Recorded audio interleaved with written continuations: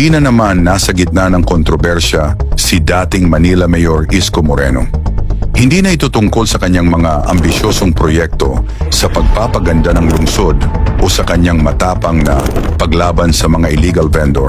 Sa halip, lumilitaw ang mga akusasyon na nag-uugnay sa kanya sa isang malawakang eskandalong pangkorupsyon na kinasasangkutan ng pagbebenta ng mga prime real estate ng Maynila at ang di umano'y paggamit ng pondo ng bayan para sa mga kampanyang politikal noong eleksyon 2022.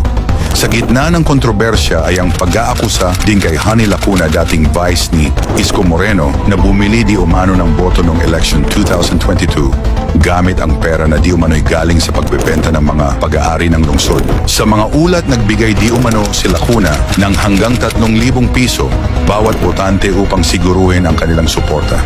Bagamat na dismiss na ang electoral protest na inihain laban sa kanya, marami pa din nagtatanong kung saan nanggaling ang napakalaking halagang ginamit nito noong nakaraang eleksyon. Marami ang nagtuturo kay Isko Moreno na nagsasabing naglatag ng mga kaduda-dudang transaksyong ito. Ang pagbebenta ng mga prime real estate tulad ng Divisoria Public Market at Harrison Plaza ay itinuturing na pangunahing pinagmulan ng pondo. Ang mga pag-aaring ito na patrimonial asset ng lungsod ay ibinenta sa presyong mas mababa sa aktwal na halaga.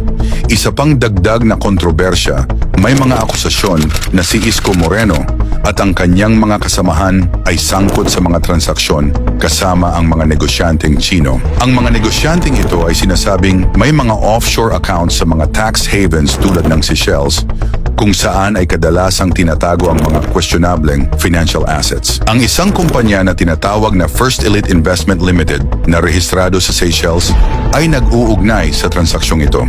Ang pagbebenta ng Divisoria Market ay partikular na kontrobersyal. Hindi lang ibinenta ang pag-aari sa isang kahina, hinalang mababang presyo, ngunit meron ring mga akusasyon na kapwa sina Lacuna at ilang konsehal ng lungsod ay tumanggap ng kickbacks mula sa transaksyong ito.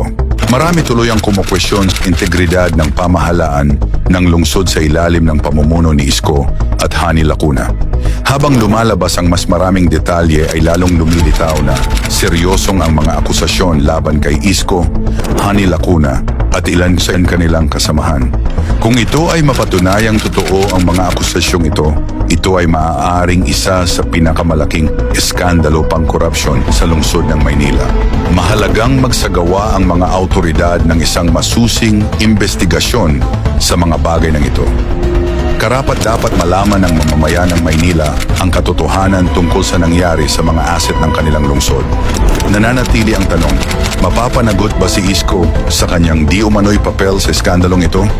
Dahil daw din si Mayor Honey Lacuna, hindi ba dapat rin din magbigay linaw rin siya sa issue? Ang panahon lamang ang makakasagot.